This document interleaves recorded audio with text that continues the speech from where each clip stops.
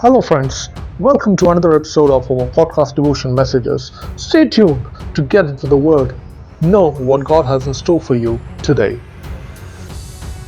तो आए हम परमेश्वर के कलाम में जाएंगे, बाइबल में वचन को पढ़ेंगे, सुनेंगे और उसे अपने जीवनों में लागू करेंगे। मैं आगे का समय हमारे प्रभु के दास हैं, उनको देना चाहता हूँ। Over to you brother. धन्यवाद राजेश भाई। सॉरी मैं लास्ट वीक मैसेज नहीं दे पाया, लेकिन प्रभु ने अनुग्रह किया आज फिर से देने के लिए, तो मैं परमेश्वर को धन्यवाद करता हूँ। एक्चुअली मेरे माउथ ओपन करने के लिए प्रॉब्लम था, तो एक छोटा सर्जरी हुआ है। तो अपने प्रेयर्स में आप लोग मुझे ज़रूर याद रखना। उसी शैतान चाहता है मेरा मुंह चुप रहे, लेकिन मैं परमेश्वर के लिए और भी अग्रसर होकर और प्रचार और वर्शिप दोनों करूंगा। आप लोग भी मेरे लिए दुआ मांगना, ऐसे मेरी विनती है। और इसलिए अब अलग अलग प्रकार से मेरा प्रचार वर्शिप दोनों आपको अलग अलग प्लेटफॉर्म्स में सुनने को मिलेगा। एनीवेज, आज का हमारा वचन है, हमारा continuing theme Jesus for all, but not yet revealed to all. इसके ऊपर थोड़ा मनन करने की कोशिश करते हैं। परमेश्वर सबके लिए तो है, लेकिन सबको प्रकट नहीं हुए। तो लास्ट टाइम और सब हमने देखा, मैंने आपको कुछ रीजंस दिए, लॉजिक वगैरह दिए थे कि ऐसा क्यों है, और हमने काफी कुछ उसमें एक्सप्लोर किया। आज का हमारा ये जो डिवोशन मैसेज है, उसमें मैं एक प्रश्न से शुरू करना चाहता हूँ कि शायद ये बहुत ही फंडामेंटल क्वेश्चन होएगा गार्डन ऑफ ईडन के बारे में। अगर आप सोचेंगे तो देखो, क्योंकि हम कुछ बातें ऐसे सोच रहे, कुछ मनन कर रहे हैं कि परमेश्वर क्यों कुछ चीजें रिवील नहीं करता है और परमेश्वर क्यों कुछ चीजें बताता है। तो एक सोचने वाली बात है। गार्डन ऑफ ईडन, आप उत्पत्ति के किताब में आएंगे, जेनेसिस में, तो अगर एक परफेक्ट गार्डन बनाया हुआ है, अगर गॉड कहता है कि हाँ सब अच्छा बना है, सब सच्चा बना है, सब गुड है, तो फिर इन द फर्स्ट प्लेस पाप, इविल कैसे आया? इविल को आप पाप के साथ एसोसिएट करो तो पाप कैसे आया? दूसरा सवाल एक ये आता है कि एक परफेक्ट गार्डन है, गॉड कह रहा है, तो फिर सर्प कैसे आया, स्नेक कैसे आया? एक फेयर क्वेश्चन है। तो जेनेसिस 3 अगर आप पढ़ेंगे तो काफी सारे अनआंसर्ड क्वेश्चंस आपको मिलेगा। ऐसा भी है कि सर्प सही में सर्प था। ईव ने ऐसा क्यों नहीं सोचा कि सर्प कैसे बात कर सकता है? सर्प का मोटिवेशन क्या था और उसने क्यों हवा को ट्रिक किया? तो बाइबल ये सब का क्या है कि ऐसा एक आपको आंसर नहीं देता है, लेकिन हम उसको ऐसा ले सकते हैं कि विशेष रूप से गॉड आपका अटेंशन कुछ बातों की ओर लेके जाना चाहता है। अब कैसे सर्प बात कर रहा था वो शायद उतना इंपॉर्टेंट नहीं है, लेकिन सर्प के आने से क्या हुआ वो इंपॉर्टेंट है। इसलिए हम कुछ कुछ बातों को क्या कहते हैं, वहां पे आंसर्स के रूप में नहीं देखते हैं। वो ऐसा ही बाइबल आपको हैंगिंग में रखता है, ठीक है। लेकिन एक चीज जो समझने वाली बात यह है कि शैतान क्यों गार्डन में था? क्योंकि वो पहले गॉड का जो डिवाइन काउंसिल है उसका एक खास बंदा था। और जैसे चर्चेस में आप लोगों को पता होगा, अलग अलग चर्चेस में कमेटियां होती है। अब जो पादरी या पास्टर जो कभी कभी कुछ चीजें करने का होता है, तब वो लोग कमेटी फॉर्म करते हैं और फिर उस पर्टिकुलर चीज को करने के लिए एक ग्रुप फॉर्म करते हैं। तो कुछ ग्रुप होते हैं, लाइक कहते हैं आई, कहते हैं लाइक आई सेकेंड इट या आई पास इट। तो मतलब कि छह लोग बोल रहे हैं और कुछ बोलते हैं नो, ठीक है, मतलब कि मैं नहीं सपोर्ट करता इस चीज को। तो उसी तरह से क्या है कि फिर वो बिल जो होता है या वो जो प्रस्ताव होता है उसको फिर आगे वो पास्टर लेके जाता है, ठीक है। अगर आई जीत जाते हैं तो फिर उसको करते हैं, मीन सब लोग अगर सम्मति में है तो उसको करते हैं। अगर सब लोग सम्मति में नहीं है, कुछ ऑपोजिशन है, कुछ लोगों का लॉजिक है कि ऐसा करने से ठीक नहीं होगा, तो फिर उसके ऊपर वापस विचार विमर्श हो जाए। उस तरह गॉड का डिवाइन काउंसिल में था सैतान, शैतान। अब जब सृष्टि हुआ तब एट दैट टाइम ये हुआ कि शैतान को पूरा डोमिनियन दे दिया था, यू नो लाइक उसको उतना सारा पावर सब दे दिया था। तो उसने ये सोचा कि सब कुछ अब मेरे पास ही है। लेकिन मनुष्य का जैसा एंट्री हुआ, जैसा मनुष्य को बनाया, उसका पावर मनुष्य को परमेश्वर ने दिया, वहां पे वो बात उसको खलबली हुई, वहां पे वो बात उसको पसंद नहीं आया।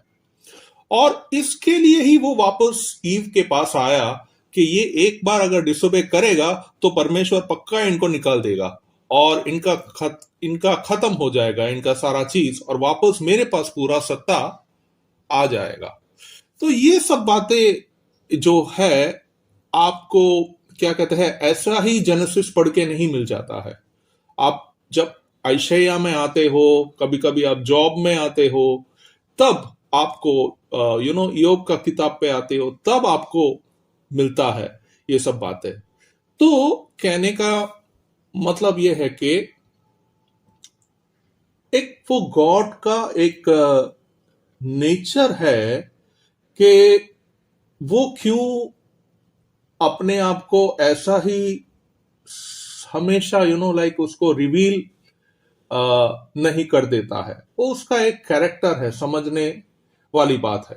अब हम इसमें बहुत ज्यादा नहीं जाएंगे, लेकिन मैं जस्ट आप लोगों को आज जो है आज मोस्टली आज हम इसका जो कंक्लूडिंग पार्ट है, हमारा ये जो सीरीज जो चल रहा है उसी का इसमें है। मैं कोशिश करता हूं संक्षेप में इसको बताने के लिए। आज हम मुख्य से 2-3 बातें देखेंगे जो जीसस का जो एक कैरेक्टर परफॉर्मेंस है उसका तुलना। आप जीसस को गॉड मानते हो, Jesus is the son of God, तो उस तरह से लाइक हम जीसस का लाइफ में हम देखते हैं कि जीसस का कैरेक्टर कैसा था। देखिए 2-3 ऐसे इंस्टेंसेस हुए। सबसे पहले आप सोचिए जीसस का क्या नजरिया था मिरेकल्स के बारे में। इधर बहुत सारा वर्सेस है, मेरे को मैं जस्ट आपका रेफरेंस के लिए लिखा हुआ है, तो मैं जस्ट ऐसे पढ़ूंगा। मत्ती 16-20 अगर आप देखेंगे तो पढ़ने का जरूरत नहीं है। मार्क 8:29-30 अगर आप देखेंगे, ठीक है, इसके लिए शायद राजेश भाई ने आप लोगों को बोला बाइबल साथ में रखना, आपके स्पेयर टाइम में ले लेना। और ल्यूक 9:20-21 आप देखेंगे तो यहां पे सब क्या कहते हैं, जो मिरेकल्स होता है, जो जीसस जब बात करता है और फिर कुछ ऐसा चीज करता है, फिर जो वो इंस्ट्रक्शन देता है उसका एक झलक आपको दिखेगा। तो एक बात यह है कि जीसस डिसाइपल्स के साथ कंफर्म किया कि वो इंडीड वो मसीहा है, लेकिन जीसस बोलता है लेकिन किसी को बोलना मत, लेकिन किसी को बोलना मत। अरे ये तो देव है, ये तो देवता है, ये जीसस बोल रहा है लेकिन किसी को बोलना मत। अच्छा, दूसरा एक इंस्टेंस है जीसस एक लेपर को हील करता है, और लेपर यानी कुष्ठ रोग वाले एक बंदे को हील करता है, और वो बंदे को बोलता है चंगाई सब देने के बाद कि अब तू जाके किसी को कुछ बोलना मत। मनुष्य का एक स्वभाव है कि ये नहीं करने का बोलेगा तो वो करेगा, क्योंकि उसको वो विंडो देखना है कि नहीं करने के पीछे क्या विंडो है ना। तो उस तरह से जीसस जानता था कि इसको ना बोलूंगा तो भी ये बोलेगा। और बाइबल ये लिखता है कहां पे, मरकुस 1 उसका 40 to 44 आप देख लो, आप मैथ्यू 8 उसका 1 to 4 पढ़ो, आप ल्यूक 5 12 to 15 पढ़ो। ठीक है, ये सब में आपको एक कॉमन ये दिखेगा कि जीसस ने वो लेपर को बोला था कि भाई बोलना मत कि मैंने तेरे को हील किया है, लेकिन वो बंदा कंप्लाई नहीं करता है विद द रिक्वेस्ट जीसस का, और वो अपना एक्साइटमेंट में बोलता रहता है। थर्ड एक चीज हम देखते हैं, जीसस जब डीमॉन्स को बोलता है कि मेरे बारे में मत बोलना। मार्क 1:34 आप देखेंगे, मरकुस 1 का 34 या 3 का 11-12, उसमें भी आपको यह दिखेगा कि जीसस वो डिमंड्स को बोलता है। मीन्स डिमंड्स एक संदर्भ होता है जब डिमंड्स पहचानते हैं कि ये तो जीसस है, अब वो बुलवाना नहीं चाहता है जीसस कि ये डेमंस उसके बारे में बोले। तो क्या रीजंस हो सकता है? अच्छा, हम अभी जस्ट ये खाली गॉड का वो कैरेक्टर में आपको जस्ट बता रहा हूं कि हर बातें हम हर किसी को ऐसा ही नहीं बोलते हैं ना। इवन लाइफ में भी लाइक हम कभी कभी कुछ बातें कहीं पे, कुछ टाइम पे, कुछ समय के अनुसार, कुछ लोगों के अनुसार हम बात करते हैं। तो ये तो गॉड है और ये तो देव है, और उसका विजडम जो है बहुत डिफिकल्ट है समझने के लिए। अच्छा, दूसरा एक कॉन्ट्रास्ट में मैं लेके जाता हूं, जो है कुछ ओकेशंस होते हैं जिसमें क्या है कि जीसस पीपल के बीच में जाता है और फिर वो कहता है, उस टाइम पे वो कहता है कि ये बात सबको बताना। हुआ है ना, आपने चमत्कार किया है और फिर आप 10 लोगों को जाके बोलेंगे कि मैंने इसको चमत्कार किया है। नहीं, मैं जो कर रहा हूं, सॉरी, ऐसा नहीं है। वो नहीं है इसका एग्जाम्पल। बट इस एग्जाम्पल में ऐसा है कि जीसस चमत्कार करता है और फिर वो बोलता है कि बाकियों को बोलना। क्यों? सोचा है? अच्छा, मरकुस का 5:18-20 अगर आप देखेंगे तो उसमें एक ऐसा सिचुएशन है कि जीसस वो बोट के अंदर जब जाता है, काफी जगह प्रचार करके, फिर जीसस जब बोट के अंदर जाता है दूसरी जगह जाने के लिए या एक क्वाइट जगह जाने के लिए, तो एक मैन जिसको डीमंस ने पोसेस कर लिया था वो उसके पास आता है एंड वो बोलता है कि मैं आपके साथ रहना चाहता हूं, लेकिन वो उसके साथ नहीं रहता है। जीसस उसको हील करता है और बोलता है कि तू घर जा और बता तेरा प्रभु ने तेरे लिए क्या क्या किया है एंड कैसे तेरे ऊपर दया खाया है। और वो चला जाता है और वो सबको बताता है जीसस ने क्या किया है और मार्वल किया। आप चमत्कार करते हो, आप चिन्ह करते हो, आपको ये कॉन्फिडेंस है आप कह सको लोगों को? क्या ये सही संदर्भ रहेगा कहने के लिए? देखो, ये जीसस की बात है, वहां पे जीसस बोलता है। एक जगह पे हम देखते हैं जीसस ना बोलता है। ठीक है, ये एक विजडम वाली बात है। अपना सेल्फ एडवर्टाइजमेंट करने के लिए, अपना सेल्फ बोस्टिंग करने के लिए, अपना चमत्कार अपना ये बताने के लिए, ढिंडोरा पीटने के लिए नहीं, उसका कुछ और रीजन से बोला होगा। हो सकता है कि Jesus at that time lesser known होगा, तो जीसस ने उसको बोला होगा कि जाके तू बोलना ऐसा है ताकि और भी लोग जीसस के पास आए।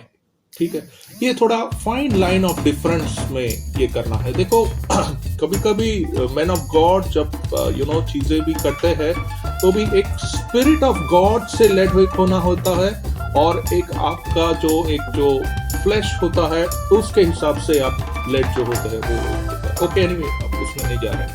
फाइन, तो एक ये इंस्टेंस था जहां पे जीसस ने बोला कि मैंने चमत्कार किया है, जाके बोलो उसको। ठीक है, आपको आपके जीवन में कैसा करना है, आपको व्यक्तिगत रूप से जैसा बहन ने बहुत सुंदर तरीके से वर्ष में बताया, प्रॉमिस वर्ष में, खुद का तैयारी खुद करने का है, किसी के ऊपर निर्भर रहने का नहीं है। कोई चर्च आपको बचाएगा नहीं, कोई स्पिरिचुअल लीडर आपको बचाएगा नहीं, आपका सैल्वेशन के लिए आप खुद जिम्मेदार है।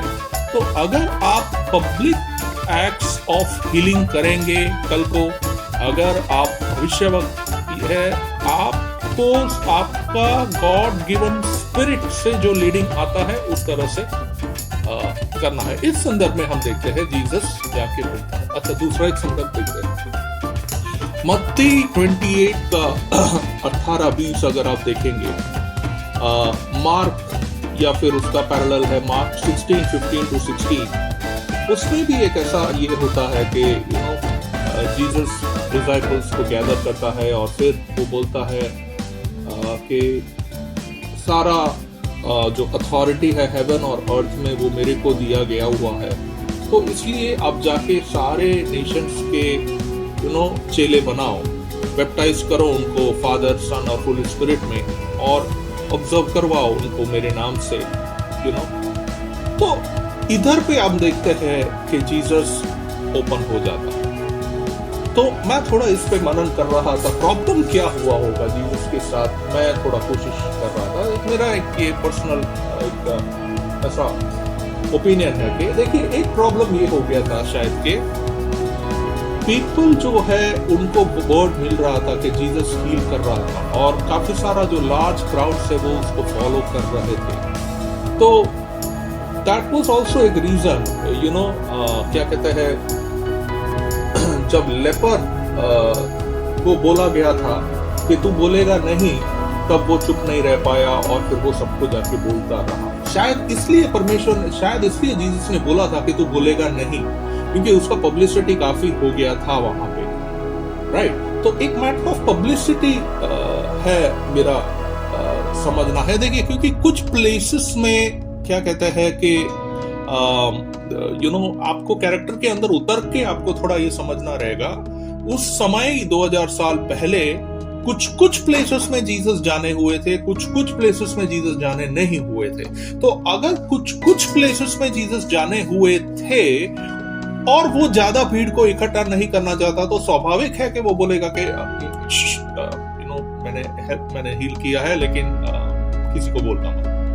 पर कुछ प्लेसेस में जहां पे वो उसको प्रकट हुआ नहीं है या फिर वो प्रकट होना बाकी है, तो वहां पे जीसस वुड बी लाइक, हाँ बताना, ठीक है मैं आया था करके, like that. Taking the publicity in the right way is also very important, even as you become a man of God और a woman of God and get fame and honour in doing God's works also. तो उस तरह से हम उधर देखते हैं दो चीजें जीसस का, कि एक संदर्भ जहां पे जब वो बोलता है मेरे बारे में बोलो, और दूसरा जगह बोलता है मेरे बारे में मत बोलो। अच्छा, दूसरा एक पहलू पे मैं क्विकली ध्यान लेके जाना चाहता हूं। आज हम लॉजिक और इससे ज्यादा आज हम जीसस के लाइफ से मैं आपको बताऊंगा गॉड का कैरेक्टर, कि वो सब बातें रिवील नहीं करता है। क्या है हमारा थीम? जो है हमारा थीम वही है, Jesus is for all but not revealed to all. यीशु सबके लिए है लेकिन सबको प्रकट नहीं हुआ है। अब देखते हैं दूसरा एक एस्पेक्ट जीसस का इसी संदर्भ में। एक और बात, क्या ये आप लोगों ने ये सोचा है कि जीसस ने क्यों बोला डिसाइपल्स को साइलेंट रहने के लिए अपना आइडेंटिटी को लेके? ये क्वेश्चन मेरे को काफी परप्लेक्स करता है कि जीसस ने डिसाइपल्स को आइडेंटिटी ट्रू है क्यों नहीं रिवील किया। अब सोच लिए फॉर एग्जांपल कि हमारे क्या कहते हैं राजेश भाई सपोज मसीह बन के आ रहे हैं कोई एक ऐसा समूह के बीच में, ठीक है, और उनके ऊपर वो मेंटल है उस जगह के लोगों को सेव करने के लिए, तो जाहिर सी बात है चिल्ला के बोलेंगे कि भाई मैं तो मसीहा हूं, मैं आ गया हूं, मैं बचाऊंगा आपको। लेकिन जीसस का आप एक मोडस ऑपरेंडी देखिए कैसा है। जीसस उसके लिए आपको चलना है मरकुस 8, बाइबल आपके साथ तैयार है, ठीक है। मरकुस 8:27 में जरा देखना। मरकुस 8:27 में आप देखेंगे कि जीसस एक सवाल पूछता है, और जीसस एक सवाल जो पूछता है वो ये है कि कौन है मैं ऐसा लोग कहता है। ऐसा जीसस अपना अपोस्टल्स को वो पूछता है। तो कुछ बोलते हैं कि आप एलाइजा हो, बोलते हैं, कुछ बोलते हैं प्रॉफिट है, लेकिन पत्रस बोलता है you are Christ. And according to Mark Jesus strictly उनको बोलता है किसी को कुछ मत बोलना। अरे ये तो मसीहा है, अभी इधर क्यों किसी को कुछ नहीं बोलने का है? क्या कॉन्फिडेंस नहीं है क्या? क्या कॉन्फिडेंस कम है क्या? क्या अपना क्या कहते हैं जो अपना ऑब्जेक्टिव पता नहीं चला क्या? या फिर क्या कहते हैं अब कंफ्यूज हो गए क्या? लेकिन जीसस बोलता है लोग कुछ भी बोले, जो भी बोले, तेरे को पता है ना मैं क्राइस्ट है, ठीक है, तू किसी को कुछ अभी बोलना मत। तो मेरा एक ऑब्जर्वेशन ये है कि ऐसा कहने का रीजन क्या होगा कि हो सकता है कि डिसाइपल्स अभी भी पूरी तरह से तो actually all of them were not completely convinced of the fact कि जीसस का जो क्लेम और एक्शन है उससे, एंड उनको और भी चीजें समझने का बाकी था।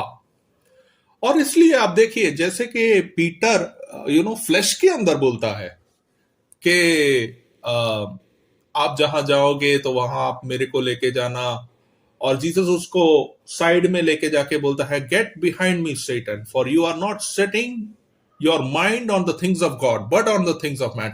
ये स्टेटमेंट से क्लियर है जीसस फोकस्ड था, बट जो डिसाइपल्स थे वो शायद उतना उस जीसस का कॉलिंग, जीसस का जो पर्पस है, जीसस का जो मिशन है, वो उनको पता नहीं था। फॉर एग्जाम्पल एक मैन ऑफ गॉड अगर आपका टेरिटरी में आए, ठीक है, आज एक दूसरा देश, एक दूसरा कंट्री, एक दूसरा राज्य से, तो वो सबसे पहले क्या देखेगा?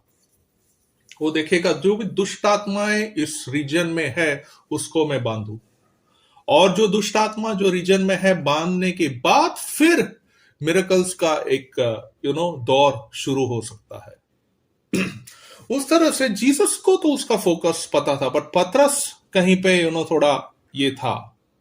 तो ये एक रीजन हो सकता है कि जीसस ने अपना आइडेंटिटी को चुप रहने के लिए डिसाइपल्स को बोला था। दूसरा एक रीजन मैं क्विकली लेके जाना चाहता हूं, अवॉइडिंग द रोमन रिस्पॉन्स हम उसको कह सकते हैं। देखिए उस टाइम पे राजा कौन था? उस टाइम पे राजा रोमन एम्परर था, राइट? तो जीसस अभी एक दूसरा राजा है बोलेगा तो ये तो ऐसा हो गया कि अभी तो क्या कहते हैं, एक कंट्री पे रूल करने के लिए एक लीडर है और दूसरा नेता आके बोलता है कि अभी मैं राजा हूं, तो डायरेक्ट फिर कॉन्फ्रंटेशन हो जाता। और शायद जो कॉन्फ्रंटेशन होता था वो समय के पहले होता। तो we come to the third reason now, एक called as the matter of timing. Jesus को बहुत कीन सेंस ऑफ टाइमिंग था, तभी तो वो एक जगह पे आपको पता है वो कैना का वेडिंग में जाता है, तब उसका माँ उसको कुछ कहता है तो बोलते मेरा समय आया नहीं। अरे बाप रे, माँ को ऐसा बोलता है? आज का क्रिश्चियन बच्चा अपना माँ को ऐसा बोल पाएगा? और अगर बोलेगा तो क्या माँ बर्दाश्त करेगी? ये सोचने वाली बात है। बट वहां पे जीसस एक टाइमिंग की बात से बोल रहा था अपने माँ को कि अभी मेरा समय आया हुआ नहीं है, इसलिए अभी मैं इसका चमत्कार और ये सब करूँ करके। फिर माँ बोलती है, मरियम बोलती है कि ओ, मरियम थक जाती है उसको बताते मरियम बोलती है वो जो सर्वेंट है उसको कि भाई ये जो जैसा बोले ना वैसा कर दे। उतना छोटा बालक है, उतना छोटा उम्र है, आपका बेटा आपका बेटी आपको कुछ ऐसा बोले, आपको उतना सबमिसिवनेस है, उतना आप नम्र है, दीन है प्रभु के लोगों, आप मान जाओगे? जीसस के बाद में एक मैटर ऑफ टाइम, जब जीसस को उसका भाई वो बुलाता है फेस्टिवल में जाने के लिए, तभी वो बोलता है नहीं वो राइट टाइम नहीं आया है मेरे लिए। Again a matter of time. कभी कभी हम लोगों को कुछ चीजें बताने में आगे पीछे क्यों करते हैं, मैटर ऑफ टाइम, ठीक है। और ल्यूक 9:51 आप देखेंगे कि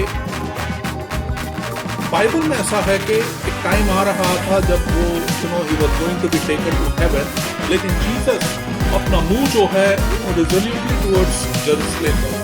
why? Because he was reminded of the time. और ये टाइमिंग जो है इसी के वजह से Jesus revealed himself as king on Palm Sunday. लेकिन वहां पे थोड़ा गड़बड़ी फिर से ये हो गया।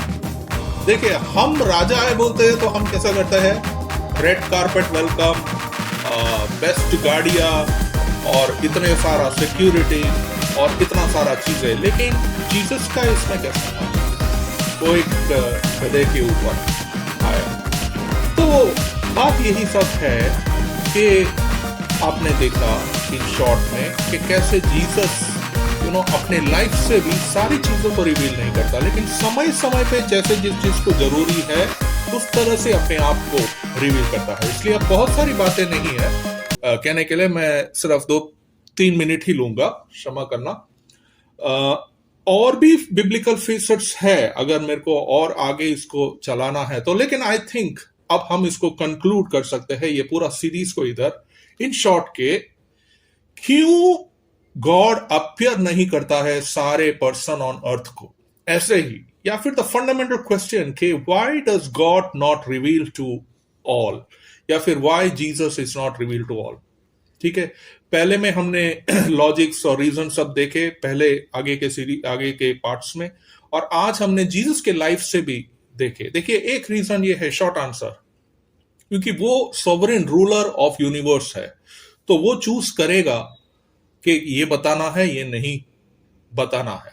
ठीक है, और हम सारी बातों को शायद नहीं जानेंगे, कुछ वो ये जनरेशन के लिए बताएगा, कुछ आपके आगे आने वाला जनरेशन को बताएगा, but that doesn't go to say that he doesn't exist या फिर वो अनकाइंड है या अनफेयर है। द फैक्ट इज दैट के गॉड ने मैन को adequate evidence for existence already दिया हुआ है कि now that there is no reason to refuse to acknowledge his existence is without excuse. क्या बोल रहे हैं बताता हूं। एक हम हमारे बाइबल्स खोल सकते हैं, रोमियो की पत्री 1:20, उसका इंग्लिश में पढ़ता हूं। रोमन्स का 1:20, किसी को मिले हिंदी में पढ़ सकता है लास्ट में, मैं पहले इंग्लिश में पढ़ता हूं। For the invisible things of him from the creation of the world are clearly seen, being understood by the things that are made, even his eternal power and Godhead, so that they are without excuse. जी, आप हिंदी में पढ़ सकते हैं किसी को मिले तो, Romans 1:20। उसके अनदेखे गुण अर्थात उसकी सनातन सामर्थ और परमेश्वर जगत की सृष्टि के समय के उसके कामों के द्वारा देखने में आते हैं, यहाँ तक कि वे निरुत्तर है। धन्यवाद राजेश भाई। राजेश भाई की तैयारी के लिए रियली मैं परमेश्वर को धन्यवाद करता हूं। एवर रेडी, राइट ना? Praise God. अच्छा, ये क्या कह रहा है? ये कहता है कि for the invisible things of him, तो मतलब कि कुछ अदृश्य चीजें हैं। अब आपको रीजन मिल गया क्यों परमेश्वर आपको बताता नहीं है। आप आपके आंख से देखते हो ये पृथ्वी को, और आपका लिमिटेशन है, आपका माइंड का भी लिमिटेशन है। ये क्या बताता है? फॉर द इनविजिबल थिंग्स, मतलब कि क्योंकि उसके अनदेखे गुण अर्थात उसकी सनातन सामर्थ।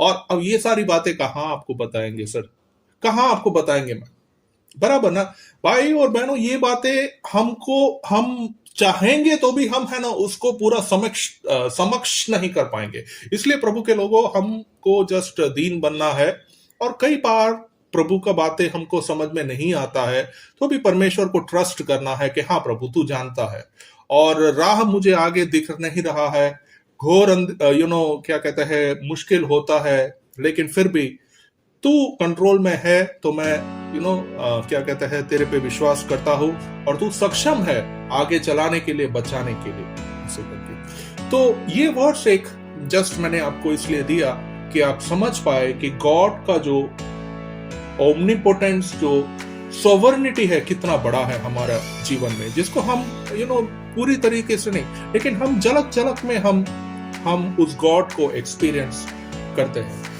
तो आई होप अब आपको ये सेशन के थ्रू एक क्लैरिटी मिला है कि क्यों जीसस सबको रिवील नहीं हुआ। लेकिन इंपॉर्टेंट बात यह है कि वो जिस चीज को प्रकट करना चाहता है उसके ऊपर वो रिवील होता है, और उसमें धन्य है कि मैं और आपका नंबर लग गया।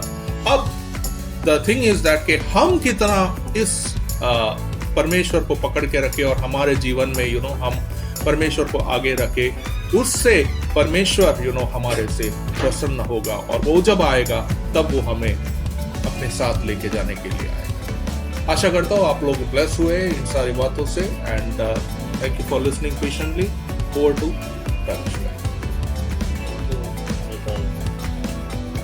परमेश्वर के वचन है, और हम जान सकते हैं कि परमेश्वर के वचन के द्वारा ही वो हम पर जाहिर होता है, वो हम पर रिवील होता है। जो वचन में हम इसमें से देखें, में से सुने कि परमेश्वर ने हर एक के ऊपर अपने आप को रिवील नहीं किया, और खुद लिख के कहा है कि ये बात है मत कहना। क्यों पता है? क्योंकि परमेश्वर की जो सेवकाई है, प्रभु यीशु मसीह की जो सेवकाई है, वो नहीं चाहता था कि उसकी सेवकाई में कोई विघ्न हो, कोई रुकावट आए। इसलिए कुछ बातों में वहाँ पर लिखा है कि तुम किसी को मत बताना। और फिर आखिरी के समय में खुद परमेश्वर ने, खुद यीशु मसीह ने कहा कि मैं तुम्हारे बीच में एक सहायक को भेजूंगा, और जो बातें तुम्हें जाननी है वो पवित्र आत्मा तुम्हें वो सिखाएगा, वो रिवील करेगा और वो बताएगा। और वही वचन के द्वारा आज हम जब उस होली स्पिरिट को अपने जीवनों में क्लेम करते हैं, उसे पुकारते हैं, उसका स्वागत करते हैं, तो वो बातें आज हमें परमेश्वर अपनी पवित्र आत्मा के द्वारा हम पर बताते हैं। प्रभु को धन्यवाद करता हूँ सचमुच आज तक वचन के लिए। परमेश्वर चाहता है कि इन दिनों में हम अपने आप को इस प्रकार तैयार करें। हम अपनी इच्छा से, हम अपने मन से, हम अपने बल से तो तैयार नहीं हो सकते, लेकिन जब परमेश्वर का कलाम कहता है, जब पवित्र आत्मा तुम पर आएगा तो सारी बातों को जाहिर करेगा। हालेलुया। बहुत अच्छे वचन के लिए मैं परमेश्वर को धन्यवाद करता हूँ। थैंक यू विनोद भाई। प्रभु आपको और भी अपने वचन से, अपने अभिषेक से प्राप्त करें, और भी आपकी सेवकाई को ब्लेस करें। और आए हम आखिरी की दुआ में जाएंगे। Hope you have been blessed with this word again, dear friends. Keep us in prayers, and God bless us all. Stay tuned to get more updates soon again.